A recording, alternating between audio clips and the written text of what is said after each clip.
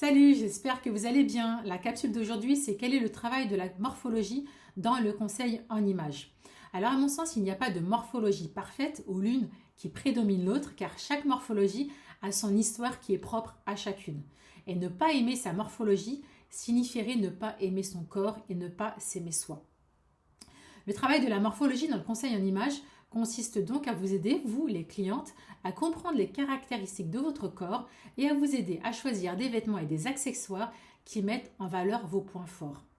Son travail en fait contribue à une meilleure acceptation de soi et savoir utiliser les outils pour créer une illusion d'optique qui crée un équilibre, une harmonie dans votre corps d'un point de vue visuel.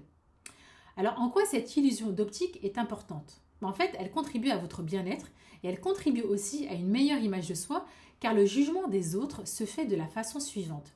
Plus de 50% est basé sur le visuel, votre apparence, votre gestuelle, votre posture, votre énergie. 30% à peu près sur le ton de la voix et 7% sur le verbal. Donc vous vous rendez compte que l'apparence et l'opinion que l'on se fait de vous se fait sur la forme et non sur le fond. Le jugement de votre image se fait en quelques secondes. Il détermine si vous êtes agréable, timide, négligé, confiante, etc., etc.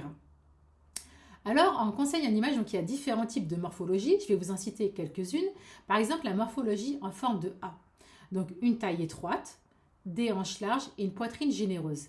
Et cette morphologie, elle est souvent considérée comme étant la plus féminine et la plus classique. Et quand vous avez cette morphologie, en général, votre taille de pantalon est en général plus grande que celle des tops. Donc dans les célébrités, celle qui a une morphologie en A, on pourra citer Beyoncé.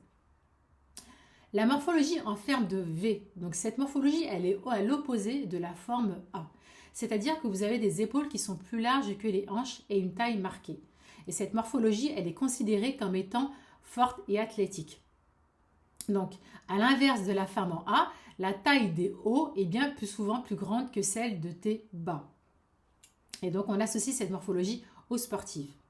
Il y a la morphologie en H, ça veut dire des épaules, des hanches et une taille de la même largeur. Et cette morphologie, elle est considérée comme étant équilibrée et proportionnelle. Donc, si vos épaules et vos hanches sont alignées et que votre taille est peu marquée, il s'agit de la morphologie la plus répandue. La morphologie de forme 8, elle fait référence à une silhouette de corps qui présente les caractéristiques suivantes, une taille marquée, des hanches larges et une poitrine généreuse. Et cette morphologie, elle est considérée comme étant féminine et sensuelle. Donc si vous êtes pulpeuse et que si vos épaules s'alignent avec vos hanches et que votre taille est marquée, donc vous avez une morphologie en 8. Ensuite, on a la morphologie de forme 0.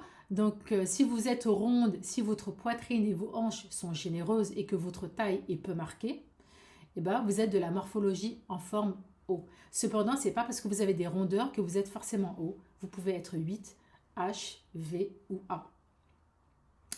Et enfin, la morphologie en X, si vous êtes plutôt mince ou très mince, si vos épaules sont alignées à vos hanches, et si votre poitrine est petite et votre taille fine, donc vous avez une morphologie en X. Donc en fait, ça ne s'arrête pas là, je vous ai donné quelques exemples de morphologie. En soi, c'est pas ça le plus important, c'est pas de savoir de rentrer dans une case et de vraiment comprendre quelle est ma morphologie, parce que comme je vous les ai dit, en tant que femme, aujourd'hui moi j'ai 48 ans, ma morphologie elle a changé.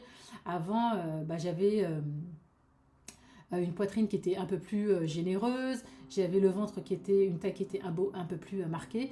Et ben voilà, avec mes grossesses, ma morphologie elle change, mais elle change aussi pas seulement avec les grossesses, avec des changements qui apparaissent et qui sont importants dans notre vie, aussi avec quelques hormones quand on prend la pilule. Donc notre corps change constamment. Mais le plus important, c'est de savoir comment mettre en valeur son corps en fait et d'apprendre à se connaître. Et ça, on n'a pas besoin de mettre vraiment une dénomination qui est derrière.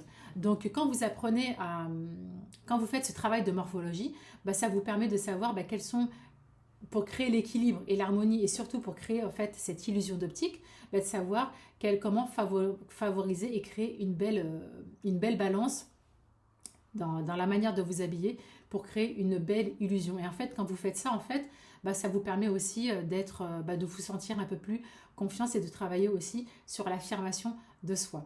Mais dans un prochain post, je vous expliquerai un peu plus en détail les différents types de morphologie et quelles sont en fonction de chaque morphologie, quelles sont du coup les parties de votre corps qu'il faut mettre en valeur et quelles sont les pièces qu'il faut plutôt acheter, quel type de tissu, etc., en fonction des différentes morphologies. Donc voilà, c'était la capsule du jour. J'espère que ça vous a plu et je vous dis à très bientôt. Mouah.